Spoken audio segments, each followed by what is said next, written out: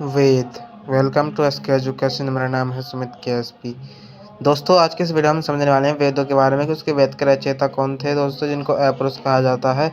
और ये भी समझेंगे दोस्तों कि इसके उपवेद कौन कौन से, और दोस्तों इसमें किस किस के जनक किसे कहा जाता है, हम पूरा समझने वाले। तो दोस्तों शुरुआत करते हैं।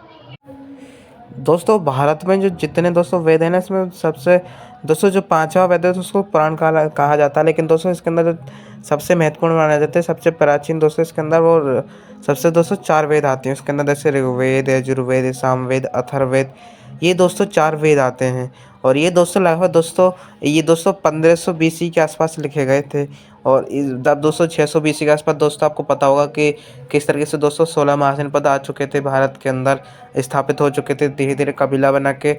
और इस तरीके से दोस्तों अब हम समझने वाले हैं कि किस तरीके से इनके ज्ञानी कौन थे। इसके अंदर दोस्तों जो इसके अलग से कुछ ग्रंथ हैं दोस्तों, जिन्हें ब्राह्मण ग्रंथ भी कहते हैं। तो यह हम समझने वाले दोस्तों। जो ऋग्वेद है दोस्तों, ऋग्वेद के बारे में तो दोस्तों आपको पता होगा। इसी के अंदर दोस्तों गायत्री मंत्र का वर्णन इसी के अंदर आता है, ओम भूर्भुवः स्वः वाला। इसके दोस्तों जो रचयिता थे वो तो दोस्तों होत्री ऋषि ने ही इसको रचा था।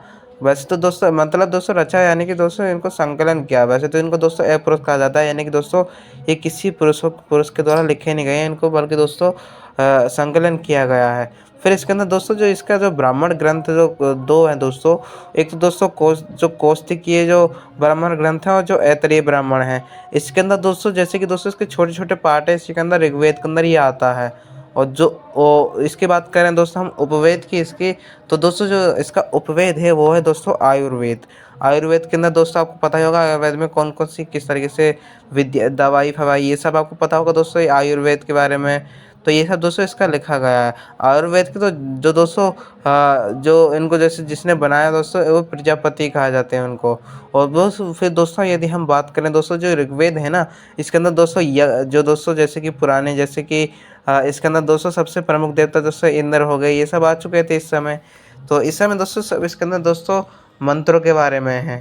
तो फिर दोस्तों हम बस समझे थे दोस्तों ऋग्वेद के अंदर ही, जिससे मैं बता रहा था ना दोस्तों मुंडक उपनिषद के अंदर दोस्तों गायत्री मंत्र के बारे में है। तो ये सब दोस्तों इतनी बातें ना दोस्तों ऋग्वेद के अंदर पहले लिखी गई हैं। और ऋग्वेद से निकाल कर फिर दोस्तों इसके अंदर क्या हुआ ना, हाँ दोस्तों सॉरी, अथर्ववेद से लिया गया है।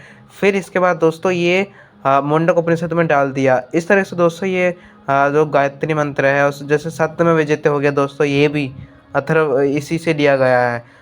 और फिर इसके बाद दोस्तों हम यजुर्वेद पे जानकारी लेते हैं, कौन कौन सा यजुर्वेद के बारे में। जैसे कि दोस्तों मैं अभी बताया कि किस तरीके से जो मुंडक उपनिषद के अंदर जो सप्तम विजेत उसके बारे में बताया गया है। और ये भी दोस्तों हमने समझा था कि गायत्री मंत्र के किस तरीके से उसके अंदर बताया गया है, और ऋग्वेद के अंदर से लिया गया है दोस्तों गायत्री मंत्र। इसके अंदर फिर दोस्तों आता है यजुर्वेद। यजुर्वेद के जो दोस्तों ज्ञाता हैं उनको अधर्यु कहा जाता था। अधर्यु ने इनको ज्ञानी, इनके पास पूरा इनकी नॉलेज थी। और जिसके दोस्तों आपने सुना होगा सतपथ ब्राह्मण और तैतरीय, इसका नाम तो दोस्तों आपने सुना होगा। इसके अंदर पूरा का पूरा दोस्तों बताया गया है। और इसके अंदर ये भी बताया गया दोस्तों, आपको याद होगा कि किस तरीके से दासराय का जो युद्ध था, किस तरीके से जो 10 राजा थे और जो सुतास राजा थे, ये सब इसके अंदर पूरा का पूरा दोस्तों इसी में ही वर्णन मिलता है, इसके ब्राह्मण ग्रंथ में ही। फिर इसके बाद दोस्तों हम आगे समझे तो इसका जो उपवेद है वो धनुर्विद्या होती है। जो धनुर्विद्या जैसे धनुष चलाना, तो जो इसके जनक हैं दोस्तों विश्वामित्र माने जाते हैं। जो विश्वामित्र के बारे में तो आपने सुना ही होगा दोस्तों, जो राम जी के साथ गए थे। और फिर इसके बाद दोस्तों हम समझने वाले हैं सामवेद। सामवेद दोस्तों उसका जो यजुर्वेद है ना दोस्तों, उसका जो संगीत है इसके अंदर दोस्तों जैसे कि दोस्तों एक गद्य पे और पद्य पे दोनों की तरह से लिखा गया है। और इसके अंदर दोस्तों फिर क्या है ना, जो सामवेद है, सामवेद के अंदर दोस्तों जो इसके जो ऋषि हैं वो उद्गाता माने जाते हैं। उद्गाता में दोस्तों इन्होंने क्या किया, इसके अंदर सारे गामा पा धा नी, ये जो दोस्तों 7 स्वर हैं ना संगीत के, इनके बारे में पूरा का पूरा दोस्तों इसके अंदर वर्णन मिलता है। और संगीत कलाओं के बारे में पूरा का पूरा दोस्तों इसके अंदर दिया गया है। जो पंचवीस के दोस्तों इसका ब्राह्मण ग्रंथ माना जाता है। और गंधर्व वेद में दोस्तों, गंधर्व वेद के बारे में तो दोस्तों आपको समझने में आसानी होगी। जैसे आपको देखा होगा ना दोस्तों, इंद्र के पास कुछ लोग संगीत बजाते रहते हैं, उनको गंधर्व कहा जाता है। तो ये दोस्तों संगीत के लिए ज़्यादा फेमस है। इसका उपवेद गंधर्व वेद है। और नारद दोस्तों जो विष्णु भगवान के साथ रहते हैं, नारद मुनि, ये तो दोस्तों आपने सुना ही होगा, ये दोस्तों इसके जनक कहे जाते हैं गंधर्व वेद के।